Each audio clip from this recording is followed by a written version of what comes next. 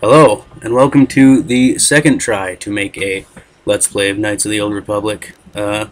First time was on a different computer, and the computer did not really like it. There's not much to say. We're going to start a new game. This video is pretty much just going to be creating the character. I had to turn the movies off just because it will not record that. It just refuses to work on using Fraps or with Windows 8 or 7 really. But anyways, these are our choices, just 3 classes and then female and male. We're going to do a dark side run. The other failed Let's Play I started this, I was going to do light side, but no, this time we're going to do dark side. I think we're going to start out as a scoundrel. Figure it out here in a second.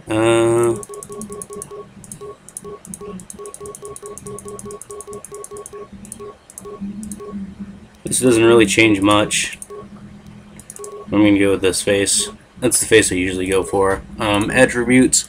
This is basically just a Dungeons and Dragons system, so I like to bring everything up to 10 just so that nothing has a negative modifier. Strength's going to be important because we're going to be making a melee character. And the more strength, the more chance we have to hit, and the more damage we do. Charisma will be important for later, so I'm just going to bump that up to a +1. Dex and Con are always important, so I think I'm going to bump the intelligence down to an 8, simply because we're not going to get a lot of skill points either way, and that's really the only thing that this does is it gives you more skill points. It also increases some skills, so I think like treat injury, it'll just be better for having a smarter character, but I don't really care about that. I'd rather have 2 more points in Constitution. Constitution gives us our damage. Dexterity is ranged attack to hit, maybe to damage too. It doesn't look like it. Also your nades. And it gives you reflexes. It gives you another defense per modifier, so that gives us a +1 defense. This gives us another 1 hit point every time we level up. Wisdom, charisma. Charisma is good for persuasion and force powers. Wisdom, force powers, and force points, which we will get eventually. Alright. Skills. We do not have many because we're dumb as hell, but we're going to take treat injury. We are going to take Persuade as high as we can take it. We're going to use Persuade a lot. Let's see, the cross-class skill. Security is good to have for us as well. And computer use, repair, those are nice to have. Demolitions as well. Ooh, that is also a class skill. So we're going to take some points in demolition, some points in security. We want our Persuade pretty high, just because it'll help us.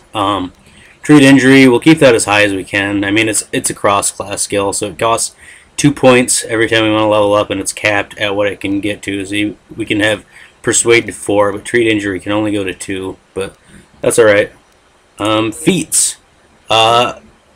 We get all this stuff for free. Sneak attack's nice. Scoundrel's luck is nice. Critical shot, critical strike, those are okay. What we're going to be doing, though, is dual wielding. So we want this. We want to level this up as quickly as possible. I am eventually going to get Flurry as well, just because dual wielding gives you an extra attack per turn. Flurry just gives you another attack per turn. It's just really nice. We're going to eventually get Weapon Focus as well, just because it gives us a plus to hit. We got this just for being a scoundrel. It just gives +2 to defense. It's pretty nice. But yeah, we aren't going to bother with this. Simply because we do eventually become a Jedi. Spoilers. And when you're a Jedi, you cannot use any armor at all. So, not even light armor. So, upping this, there's just really no point. Critical Strike is nice. It gives us that for free. There's a chance to stun someone who's hit by it, so that's nice. But for dual wielding, we really just want to get as much to hit as possible, as quickly as possible. So yeah, and we're gonna name him. Let's name him Darth Satan, being the name of the channel and all. And let's go.